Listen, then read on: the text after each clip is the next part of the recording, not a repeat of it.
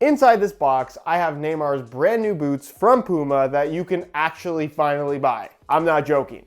And you know what else you can buy right now on sale as well is Pure Grip socks as well as Pure sleeves, which from now until Sunday at midnight, you can get 15% off by using coupon code NEWSOCKS at checkout. The website to go to is puregripsocks.com, which will be linked down below. This video is brought to you by Pure Grip Socks. So after waiting for what, in my opinion, was way too long, we finally have the first launch colorway of the new Puma Future Z. The top end model is the Future Z 1.1 that I have here in the launch Game On Pack colorway. Neon yellow with black and white accents. Some changes from the pre-release colorway as well, but still bearing the same retail price of $200, making it one of the most affordable top end boots on offer from the big three brands. It's also one of those boots where the hype has died down significantly. People were super excited about Neymar going to Puma. They seem to be a lot less excited now, and that is one, due to the fact that Puma took way too long to make these readily available, and two, Nike and Adidas just put out their new boots for 2021 in the Nike Mercurial and the Predator Freak, both of which I think are potentially more appealing to most people than the Future Z, but I'm not entirely sure that that should be the case because despite the hype dying a little bit, this is an excellent pair of football boots, and considering that they are cheaper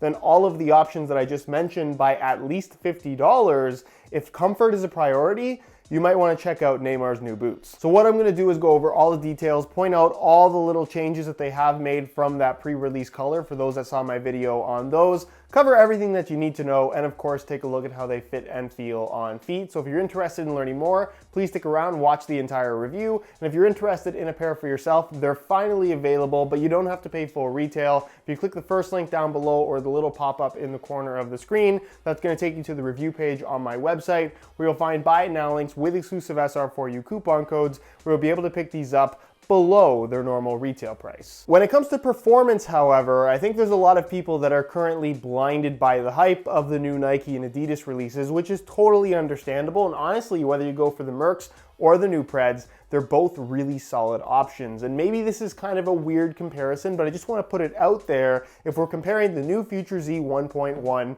to the new Mercurials, either the Vapor or the Superfly, and the new Predators, mainly I would say the Freak .1 Low. I think that's the best variation and likely to be the most popular. If I personally had to choose between all three of these boots, with comfort being the #1 priority, this is the one that I would pick. And the way that they were able to achieve such a comfortable fit is by way of balancing the structure and stretch of the upper, where it's made up of two main elements, the neon yellow bits being Evo Knit Pro, basically an evolution of the knitted material found on the Future 5.1 and 6.1 that this boot replaces, and then of course the implementation of this band running through the midfoot, even wrapping underneath the foot. This is what they're calling their Fusion Fit Plus band, which is more of like an elasticated material that actually reminds me a little bit of the torsion tapes or tension tapes that we've seen on the Nemesis line from the Adi brand. And what's interesting about this is that the liner on the inside plays a big role in terms of what you're actually going to feel, despite all the marketing being about what's happening on the outside of the boot.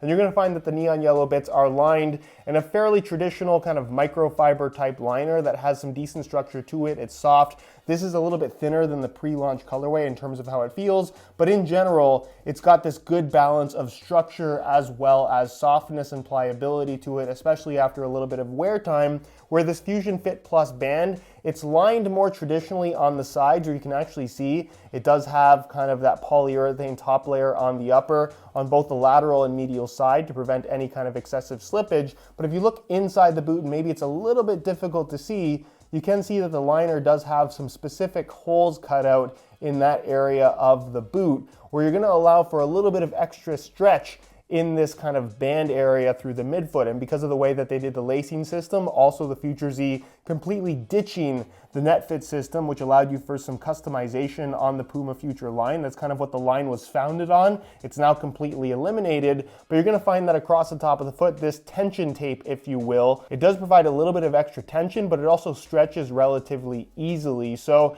it's really interesting because I think people would expect this to be the tightest part of the upper, but it actually holds your foot really snug, but it doesn't feel like it's squeezing or suffocating your foot in any way. Most of the structure is actually happening at the front and back of this band, which really does make for a unique feel, and one that I found to be extremely comfortable. As far as touch is concerned, the knitted upper is definitely on the thinner side, but it does have a little bit of that kind of spongy padded feel to it. So it's not what I would describe as a true barefoot sensation, but definitely on the thinner side. And something that we didn't get on the pre-release color is the added texturing that you have running through the forefoot as well as the midfoot area, and then all of the Future branding right here, it's actually debossed on the upper. So that's slightly raised and does provide some significant texture when you run your fingers along it. Do you really notice this extra texture on the ball? Not really, but I would compare it to something along the lines of what we saw from the Speed Ribs on the Superfly 5 and the Vapor 11 from Nike. So if you like that sensation, that's kind of what you're getting from here. And if anything, maybe the Superfly 5 Flyknit upper would actually be a pretty good comparison to how this upper feels on the ball. The upper also features what Puma is calling Grip Control Pro, which is basically their version of Nike's ACC technology. Better grip on the ball in all weather conditions, and just like ACC, it's completely invisible, and if they didn't tell you it was there, you wouldn't know it was there. Obviously, the boots feature a one-piece upper construction, but the lacing system along with this Fusion Fit band is kind of what the unique part is, where you really only have 4 lacing positions using a dual lace hole setup. One at the bottom, the second one up gets a little bit wider. You can see it crisscrosses across the Fusion Fit Plus band, which is normally an area of the upper where you'd have 1 or 2 extra lacing positions. Then as you get to the end of the band, you have 1 more lacing spot, and then 1 more higher up where you would eventually tie your laces. And with the laces tied tight, the boots feel very secure, they feel very comfortable, and it allows you to feel the stretch of this Fusion Fit band through the midfoot area of your foot, which I think ultimately makes for a high quality fit as well as a very comfortable sensation. If you've always struggled with having too much pressure in the midfoot, I think something like the Future Z would be a very comfortable option for you. And then of course the Puma Future line, we've seen several pro players, Marco Reus being one of the more notable ones, wearing the Future as a laceless football boot. And I suppose you can do that still with the Future Z. I don't think it's necessarily any better or worse compared to the Future 5.1 or 6.1. The slightly lower volume and more snug fit in general maybe lends itself better to being worn laceless, but in general, if you're buying this boot, I definitely recommend wearing them with the laces. That's how you're going to achieve the best fit, the best performance characteristics, certainly the best lockdown. But if you have a pair and you want to try them on without the laces, it's totally free to do. Moving to the rear, you're gonna find kind of this middle ground between a mid-cut and a low-cut design. I would personally consider this to be a low-cut. The only reason why it ends up looking a little bit higher is because of this elasticated, I guess, lining you have along the edges of the opening itself. In general, this does end up feeling like a pair of low-cut boots, and it's actually different from previous generations of the Puma Future, where they always made a mid-cut and a low. This time around, there's only gonna be one version of the Future, which is definitely not a bad thing. You have an internal plastic heel counter, which is fairly standard for this line. In general, the heel doesn't feel that different from previous Puma Futures, and you can see the heel liner features a decent amount of padding and is lined in this soft microfiber material with some extra perforations that are mainly just there, I guess, to shave a little bit of weight and look slightly more modern. Then the insole, that's fully removable, and it does feature Puma's latest insoles, which we've been getting in pretty much all of their top-end boots as of late, with their nano grip liner, which you can see here in gray. It has this very soft kind of silicone feel to help your socks from slipping inside of the boots on top of the insole. Really nice lining material, actually. Then it's made from a single layer of this black foam with yellow perforated foam inserts running through the forefoot and heel area, matching the Z-shaped pattern of the sole plate. As for the sole plate and stud pattern, it is the first redesign that we've seen in the history of the Puma Future line, and it is a definite improvement. It's what they're calling their Z-shaped outsole, where you can see it's a stud plate in the forefoot, a stud plate in the heel, and then kind of a diagonal stiffener bar connecting the two through the midfoot.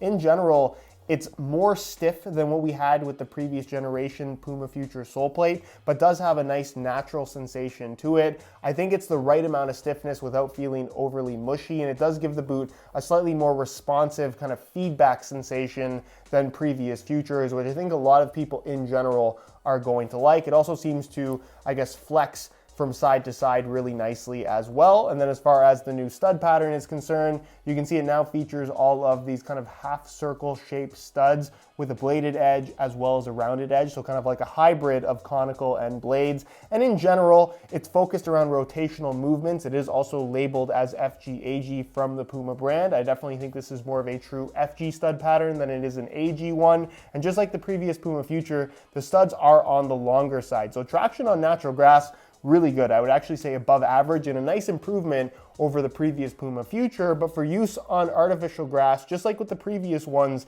the studs are on the longer side, and I just think that they're maybe a little bit more clingy than they should be. I don't think that it's necessarily unsafe. It would be more unsafe to wear something like the Puma Ultra as an example, which is also labeled as FG-AG. Those to me just offer way too much grip on artificial grass, but if you need one pair of boots to wear on both natural and artificial surfaces, this technically will get the job done. When it comes to weight, even though they changed just about everything from the Future 6.1, the weight ended up being pretty similar. In a size 9.5 US, you can see that the Future Z 1.1 weighs in at 7.75 ounces, which is the equivalent of 220 grams, roughly average for a lot of top-end boots and pretty well the same within a couple of grams of the Puma Future that it replaces. If you want a lighter feel in general, the Puma Ultra is definitely the way to go, and I think that's where Puma has focused a lot of their attention in terms of making the lightest possible football boot. This was definitely focused more around comfort and having a really high quality knitted feel on feet. So if that's what you're after,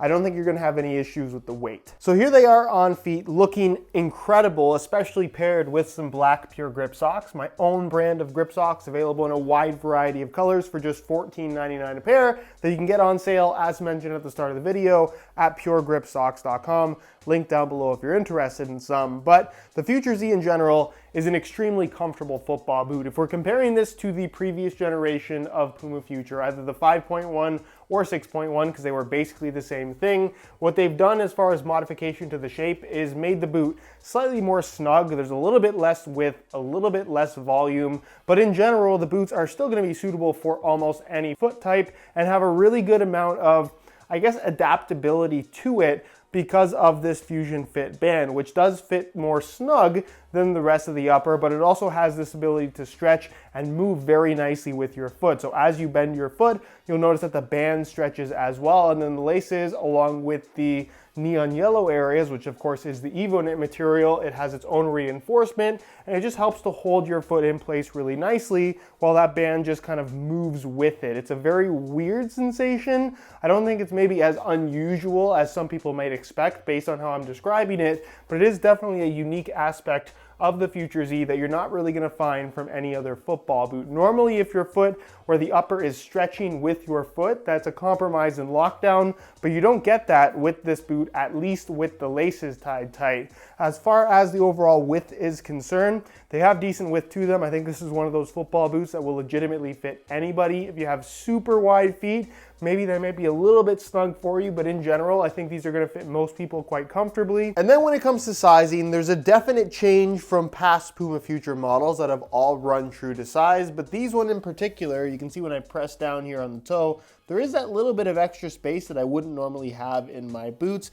These are my usual size 9.5 US, but they seem to run about a quarter size long. So it's really one of those things where I don't think that the sizing difference is enough to change from your normal size. If you like your boots super snug, then maybe going half a size down wouldn't be a bad idea. But as long as you don't mind that teeny little bit of extra space, for most people, I think going true to size is your best bet. But that's kind of one of those calls that you have to make depending on how you like your boots to fit. So in conclusion, I can say with confidence that I can recommend the Puma Future Z 1.1. So to all the hardcore Neymar fans that were going to buy these regardless of whether or not they were good because Neymar wears them, you're in luck because they're actually good. But for everybody else that cares less about what Neymar is wearing and cares more about getting the best possible boots for the money, I think the value proposition alone of the Future Z and the Puma brand in general is one that you should have your eye on. You can spend $50 less, even more if you use an SR4U coupon code, by the way, and get a top quality football boot versus the alternatives from Nike and Adidas. And something we've also been seeing as kind of a trend in the football boot industry, certainly with the new Mercurial getting away from Flyknit and going towards Vaporposit, more of a synthetic. This is still one of those boots that really does offer that soft knitted sock-like sensation that I think a lot of people have come to love about modern day football boots. These are extremely comfortable. I would argue a top 3 most comfortable boot on the market right now. And if comfort, high quality fit, little to no break-in time, and just general softness is a priority for you, I think you're really gonna like what the Future Z has on offer. Anyways, guys, that's it for my review. Hopefully you enjoyed the video. If you did, be sure to support it with a like. Again, if you're interested in a pair of these for yourself, you can click the first link down below. That's gonna take you to the review page on my website, where you'll find buy it now links with exclusive SR4U coupon codes, where you'll be able to pick these up below their normal $200 retail price. If you have any questions, as always, leave them down below in the comment section. If you aren't subscribed to the channel already, make sure you hit that subscribe button along with the little bell notification so you get notified when the next new video goes live. You can find all my social media information linked down below in the description as well. Other than that, guys, thank you so much for watching, and we'll see you in the next one.